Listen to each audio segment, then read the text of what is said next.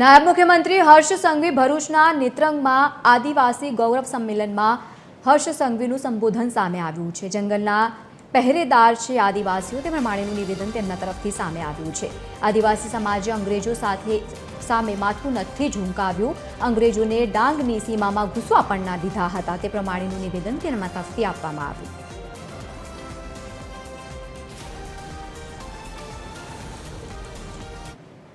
1857 સ્વાતંત્ર્ય સંગ્રામ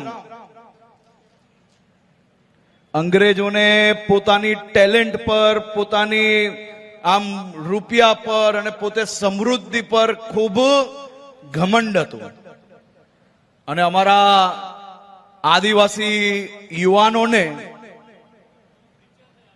તીર કામઠાથી અને ગોરીલા યુદ્ધથી આ અંગ્રેજોનો ઘમંડ ચકનાચૂર કરવાનું કાર્ય કોઈ કર્યું હોય તો એ આપણા આદિવાસી ભાઈઓએ કરેલું।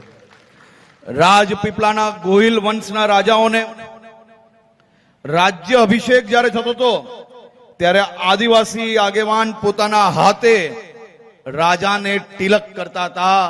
એટલો જૂનો અને એટલો ઊંચો એ આપણે ગર્વ લેવા જેવો આપણો ઇતિહાસ છે।